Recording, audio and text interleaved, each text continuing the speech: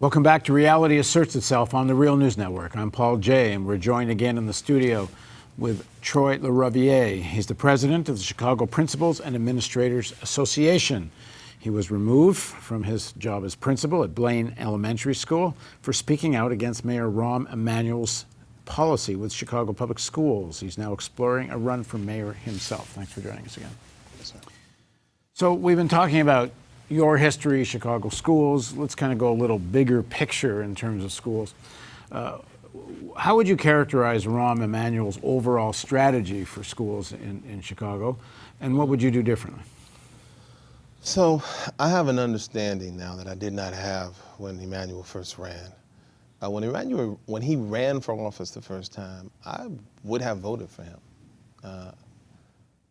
He seemed like just as appealing an option as anyone else. I had no idea what was in store for us. I remember him getting a lot of money from banks. I remember them talking about the California Hollywood connections. And I thought, wow, those people must really love and trust that man to be Rahm giving Emanuel him so much money. Pretty identified with Barack Obama, who's from more or less from Chicago. What I did not realize is that the money that the bankers and the investors were pouring into his campaign, that was not a donation.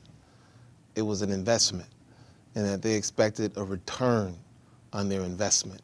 And that's what Chicago Public Schools is, to get back to your question, to this mayor. It is a return on the investment of the people who donated to their campaign. They expect something in return. What are they getting? And so, for example, I think I mentioned in one of the previous segments, Sodexo Magic, a custodial management company. Aramark, another custodial management company, got a multi-million dollar, hundreds of millions of CPS dollars to manage custodial operations. The principals have said, by far, their schools are in the worst condition that they've ever been in. But he gave them hundreds of millions of dollars in contracts. That used to be directly done through the public sector? Exactly. So this is part of the whole privatization strategy. Right. But they're getting hundreds of millions of dollars, and then right after he gave Sodexo Magic a contract, one of their top investors turned around and gave him $250,000 in campaign contributions. He takes out his whole strategy for running the city and the school system is to borrow at extremely high. The rates are so high, the common term for them in Chicago is now payday loans, that he takes out payday loans to run the city and run the school system. Well, who pays those payday loans back? Who pays the interest on that? We are. The taxpayers are going to pay the interest on that. I'm assuming his argument is he can't get cheaper money. He can generate revenue. Right? He can generate, when he came in, we had something called a corporate head tax in Chicago, where businesses, in order to tax them fairly, they needed a way to figure out how to tax them based on their size. And you can't go with profit margins because you can play with that. One of the things you can't play with is the number of employees that you have. And so the head tax was a per employee tax that enabled the city to tax a corporation based on how large it was. One of Emmanuel's first acts when he came in was to get rid of that tax and then raise our property taxes. And so instead of generating revenue, he took away revenue. Am I making sense here? There's also a LaSalle Street. Well, getting rid of the corporate head tax. Right, by getting rid of the corporate head tax. Gained revenue through increased property taxes. But he did not do that. He did not do that immediately, right? What he did was he got rid of the corporate head tax and then began to borrow and borrow and borrow and borrow, and waited until after he was reelected to then raise property taxes. If he had raised them before, when the revenue was needed, he would not have had to borrow as much, and we would not be stuck paying the bill for all he borrowed. And so it was a very cowardly move in that he did not want to face the public and say, we need to generate revenue before the election. And so he put himself in a position to have to raise property taxes more than he would have otherwise had to do, because he had generated all of these interest payments that would not have been necessary if the property taxes would have been raised beforehand, and he would not have had to have raised them as much. And so he sacrificed our future income as a political strategy for not having to accept the responsibility for raising taxes until after an election. Everyone knew they had to be raised. He just wasn't willing to do it until he was safely in office again for another 4 years. And as a result of that, we have 3 years of additional interest payments on the loans he took out. Well, the argument Emmanuel gives and others is that the schools in a lot of many major American cities, the inner city schools, were quote unquote failing. Test scores were terrible. Kids weren't learning to read and write. I think the number, the last time I saw this, Americans, over 30% are functionally illiterate, and that this privatization was needed to break up the inertia of the schools and all that. So what do you make of that argument? So it's a completely false argument. A 2007 study revealed, and another study that just backed it up, it was replicated, that Chicago public schools do better than any other school district in the state with the same kids. What that means is that if you are a poor child, there is nowhere in the state of Illinois that you learn more than in a Chicago public school. If you are a middle class child, there is nowhere in the state of Illinois that you learn more than in a Chicago public school. If you are an upper class child from a high income background, you on average perform higher than upper class children in any other school district in the state. And so what Chicago public schools does, and its teachers do, is teach and help kids to grow better than any other school district.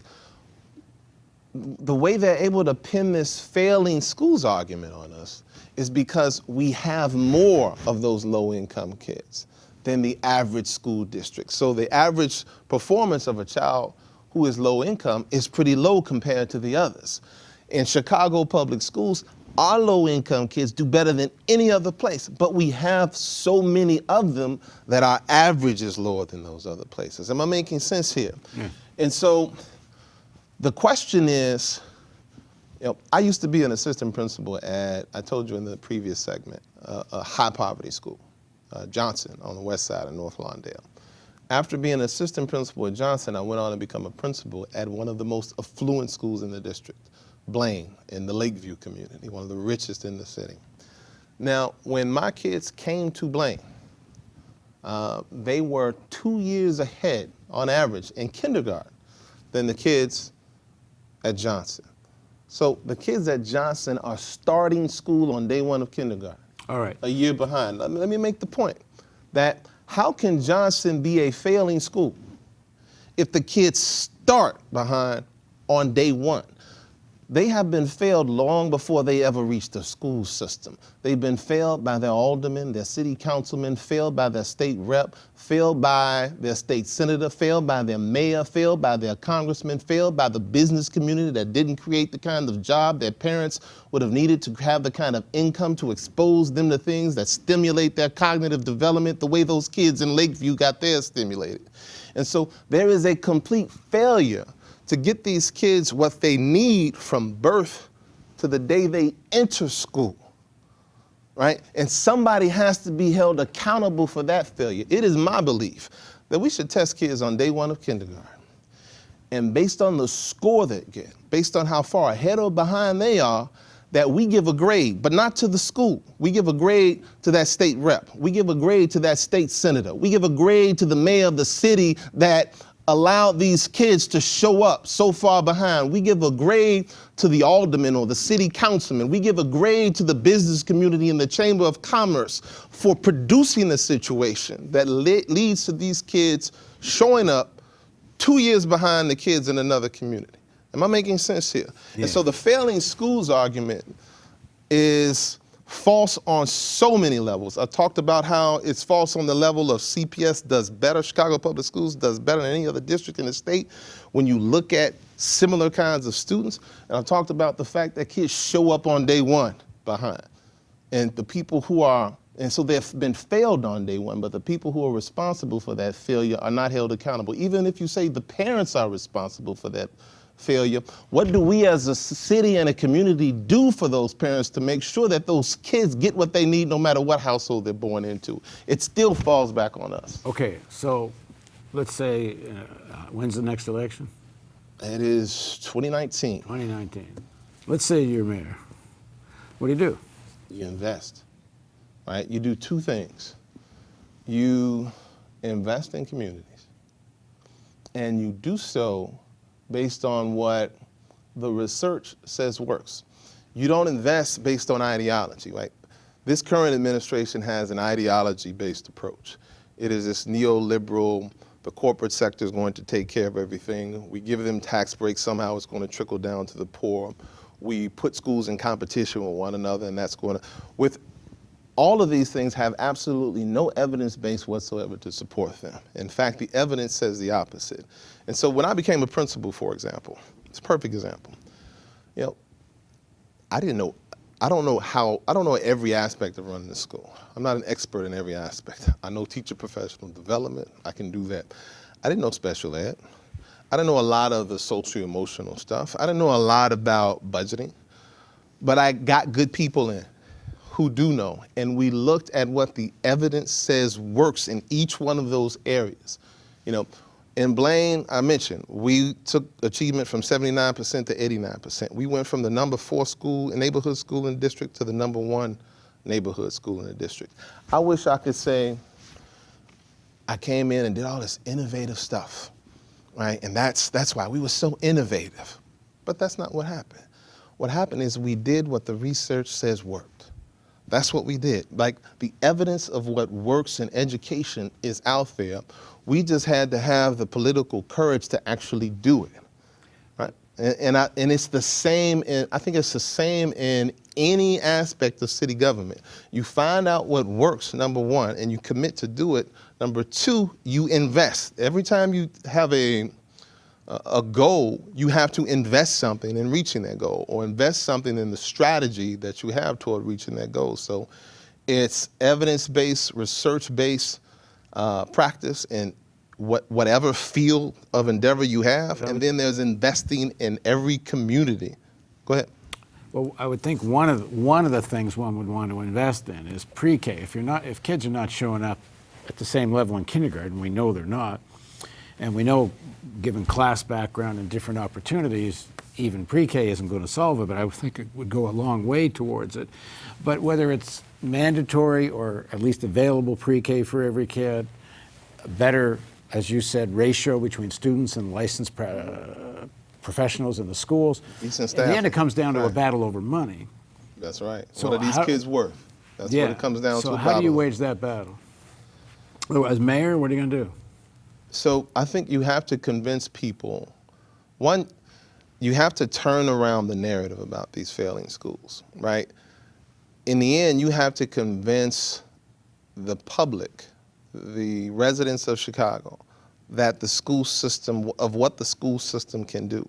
There's been a narrative put out there about what it can't do, and the narrative is completely false. If you want people to invest in something, people don't invest in what they don't believe in, right? If you don't invest, you don't believe, right? You invest in the things you believe in. And so the new administration has to begin to create a different narrative, has to begin to cite the kind of things that I just cited, but do so repeatedly and relentlessly, that our school system is the best school system in the state when it comes to helping students of particular backgrounds grow intellectually and academically when compared to the same students of other backgrounds. You have to repeat that talking point relentlessly. When Rahm Emanuel came into office, for example, he wanted to lengthen the school day, and he had a talking point that went along with it, right, about negative performance. And Chicago has, everybody in Chicago knows this talking point. Chicago has the shortest school day in the country. It's not even true but it got repeated so often that he was able to convince the public to buy into the lengthening of the school day. And so it's a good strategy toward a goal that was questionable. The strategy of convincing the public that something is doable, that it is possible, and that it will generate good results for our system has to be done. But we have to do it in relationship to strategies that have actually been proven to work, and not ideologically based strategies that are not going to make any difference whatsoever. But as you said earlier, Rahm Emanuel's policies are very linked to privatization. They're very linked to a lot of people who make campaign contributions, wanting something as return on their investment, as you said. So to increase revenues and move away from that privatization, which I'm assuming you're advocating, Right. That's a war. That's a big battle. Right. So the public opinion war. It's a public opinion war, but it's also a policy war. Like, what kind of policies would you advocate for raising revenue? So I just mentioned the corporate head tax is one possibility. How much did that raise? If I remember correctly, it was about 60 million, but it all depends on what you set it at. What's the per head tax? But it's not the only one.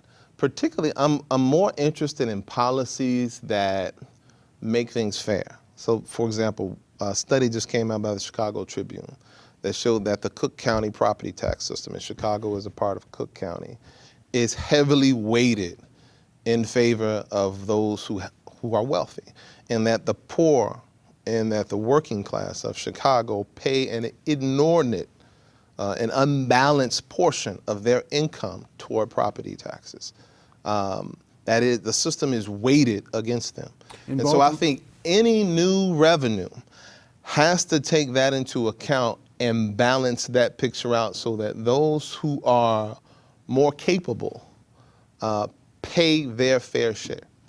And so there are plenty of ideas. There's the LaSalle Street tax. LaSalle Street is a street in Chicago where a lot of the exchanges and the commercial industries are located. And so the LaSalle Street tax, which is a tax on financial transaction, is one possibility. I believe in Seattle, I just heard about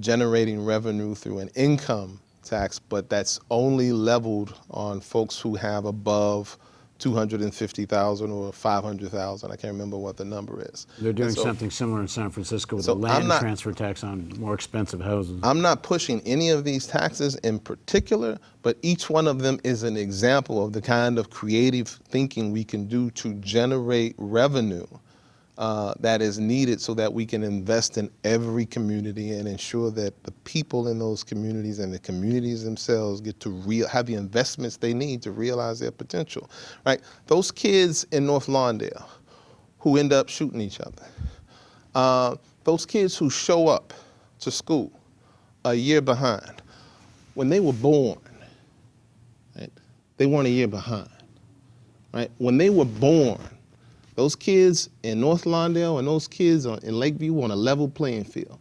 The capacity of these kids to learn was no different than the capacity. Now, maybe some individuals within these groups had differences and individuals between the groups were different, but when you look at the collective capacity of those children, it's the same. But they grow up in a city that invests far less in this group of kids than they do in this group of kids. And as a result, they don't get to realize their potential. They're robbed, their communities are robbed as a result, and Chicago is robbed as a result. And we have to convince a critical mass of the residents and those in the business community that investing in these kids, just as much as these kids, is good for us all. And so that's part of that war you talked about, right? And I think the war is winnable. Okay, in the next segment of the interview, we're going to talk about the fight inside the Democratic Party, because the fight in Chicago to change the school policy and other issues that are facing the city in terms of social justice and equality is a fight against a Democratic Party machine that runs the city. So join us for the next segment on Reality Asserts Itself with Troy LaRaviere on the Real News Network.